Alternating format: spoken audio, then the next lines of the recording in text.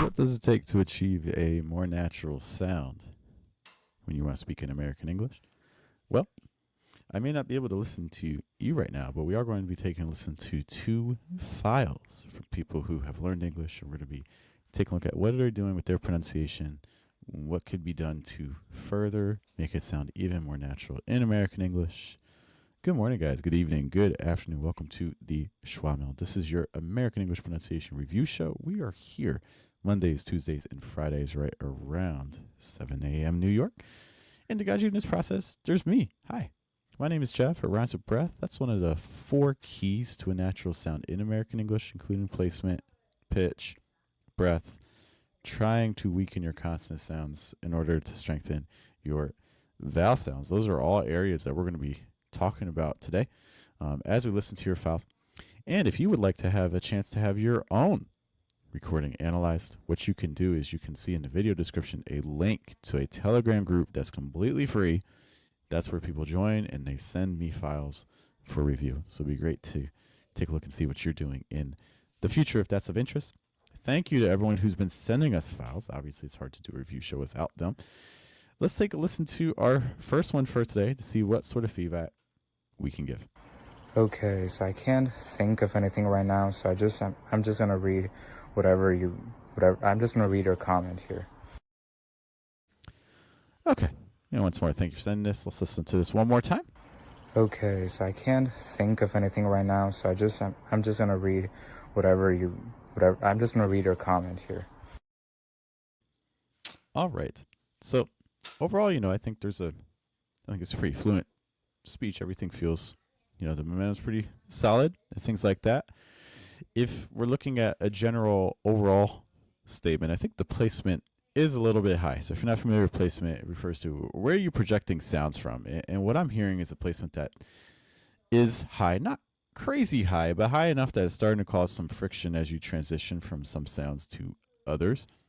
It's kind of like the difference between if I were to talk like this and the difference between when I talk like this. Okay, so again, American English in general is looking for a lower one that has a little bit more resonance, a little more breath coming through, and a little bit less emphasis on this part of the body, because when you put the placement further up and farther forward, it can cause friction in a couple spots. You can hear it, for instance, on T sounds, R sounds, D sounds, a couple others as well. The places where I'm hearing the placement a little bit high and hearing some friction. Okay, so I can't think of anything right now. Like, think of anything, like, can't think of anything, versus like, can't think of anything, think of anything. So you can hear like that think, that like k sound. Some of those th sounds like on anything. Okay, so I can't think of anything right now, so thing versus like thing. So again, things are just a little bit high. I think we hear some things similar to that a little bit lower later on in the file as well. Okay, so I can't think of anything right now, so I'm just gonna read I'm just gonna read your comment here. Like the whatever, like whatever, Lord, like can't quite get it right now, but I'm hearing a lot of friction. The fast D sound on whatever, compare it to mine. Whatever, like whatever, like you're getting like some friction there. There's a little bit of contact that is pretty heavy. And in general, I try to move people away from that a little bit, because that's a sign that, again, we're shifting the placement really high. So there is a lot of fluency here.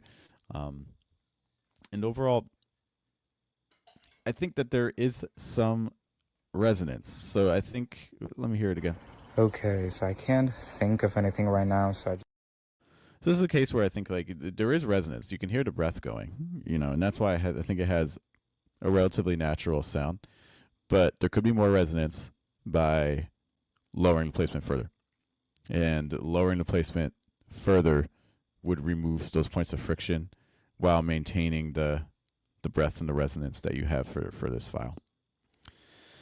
Let me listen to it one more time, see if anything else stands out. Okay, so I can't think of anything right now, so I'm just gonna read I'm just gonna read your comment here. Probably the last thing I would say is that just contrast. There's not a lot of contrast here. There's not a lot of contrast speed-wise. So we're pretty much talking everything at more or less the same pace. There are some pauses, though I don't know how intentional they were. It sounds like more we were kind of trying to organize our thoughts, those kinds of pauses, versus like intentional pauses. So that could be another opportunity, intentionally pausing. The pitch range, we're staying in a very comfortable pitch range. We're kind of staying, like, imagine that the whole time I talked, I stayed right around here for everything I said, and I'm not going to ever deviate. Never going to go high, never going to go low. And that's what we're doing. We're very comfortable in the mid ranges. So we're not really being extremely dynamic. Like, we're fine. We're understandable. It's a normal range. There's even some native speakers that kind of stick in the middle ranges. But if we're trying to make ourselves more expressive, more dynamic, and honestly, one of the goals I have for my students is I don't want to speak like a native speaker. I want to speak better. Okay. And if that's a goal that you would like to have as well, then we're going to have to make this more dynamic. Other elements of contrast. Again, I have a whole webinar on the Institute for people who are interested that talks about just like 10 elements of contrast you could use for your speech. But here we're just a couple additional ones. Firmness, softness, we're at the same level of firmness. We're never softening. Like, we're never going soft. Like, everything's at the same level. And lastly is just the pitch range. Like, just nothing's going high, nothing's going low. So that's probably the one I would stick with the most to start with. That's the one that I think can have a pretty big impact, because pitch ranges will cover entire thought groups. You know, because one thought group will be here, one thought group will be here, one thought group will be here, and one thought group may be here. Like, so we got to increase that range if that's something that you're interested in doing to achieve an even more natural sound. Thank you so much for sending that audio file. Greatly appreciated. And if you're interested in all these concepts that we're talking about, you know, like placement, like these elements of contrast, like breath and resonance, these are all concepts I do just want to highlight that we cover every day in the Magnet Lab. So that's our small group coaching program. This is for people, like, if you've ever just kind of asked yourself, you know, how can I have I ever wanted to achieve a more natural sound when I spoke? I know that was the case for me when I was abroad. And I imagine that could be the case for other people, because people would be making comments on my accent very regularly for a time until I really dedicated myself to studying pronunciation. So I don't want you to go through what I did. That's why I created a Magnet Lab program. It's to help people achieve magnetic expression. Not only are you going to learn how to speak better, you're actually going to speak in a way that draws people to you. And so my ultimate goal is like, hey, I think that you can be the best speaker in anywhere you go around the world. You know, and the best part is that a lot of these skills carry over not just to English, but honestly to your first language as well. So if that sounds like something you'd be interested in, you can find out more information at fluentamerican.com/magnetlab. Let's take a listen to our second and final file for today. The number one seat is hanging by a thread as we approach the 2-minute mark. And thank you for this file as well. Let's take a second. Listen. The number one seat is hanging by a thread as we approach the 2-minute mark. Okay. So I'm hearing like the number one seed is hanging by a thread as we approach the 2-minute mark. This is a lot of football terms, American football terms for people who aren't familiar. So talking about elements of contrast, this is just another case where the contrast is not contrasting. We're doing a lot of the same things over and over again. Let me highlight for you what are some of the elements that are just being repeated over and over, which can actually make it challenging for your listener to understand what you're saying. The number one seat is hanging by a thread as we approach the 2-minute mark. Okay. First of all, placement's a little bit high, and for most of this, that's not necessarily a problem until we get to that thought group as we approach. Okay, so that thought group, I could understand it, but if you told it to me on the street, I might need you to repeat it because the placement's a little bit high and it's modifying some of your sounds. The number one seat is hanging by a thread as we approach the. Because as we versus as we approach. So getting a little bit more ass sound onto as versus as we approach. As we approach, a little bit more would help a lot. Okay. The the placement to me feels a little high. Like the number one seed is hanging by a thread. We're kind of like talking like a little high, kind of like top of throat area. Versus now I'm lower. Okay, lowering the placement, adding a little bit more diaphragm, a little more breath. Okay, so those are two things. Let's talk really quick energy level. This is said in a very low energy way. And low energy, high energy, both of them have their purpose and their function. I do just want us to be aware, though, of what your energy level is when you talk. The number one seed is hanging by a thread. The number one seed is hanging by a thread. Versus the number one seed is hanging by a thread. Like something like that. Just that's what it would sound like if you switch it from like low energy to high energy, right? Some other things. The speed here is a very kind of meandering pace the entire time. The number one seed is hanging by a thread as we approach the 2 minutes. Versus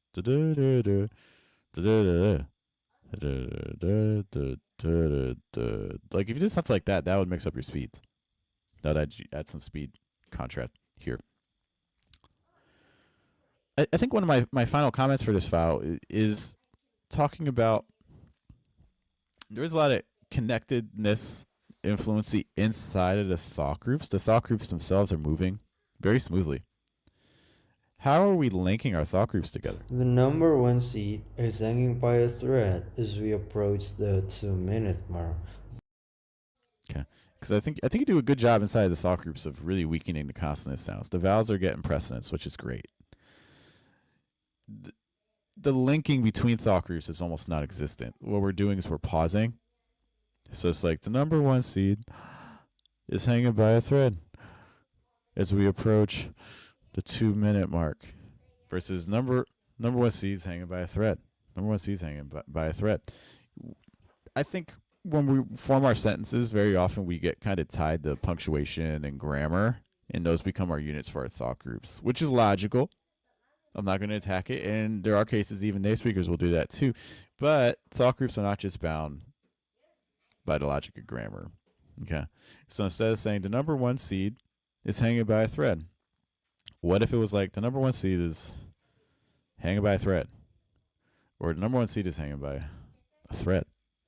You know, so notice that now we're breaking up the thing, and this is kind of like the central goal of communication.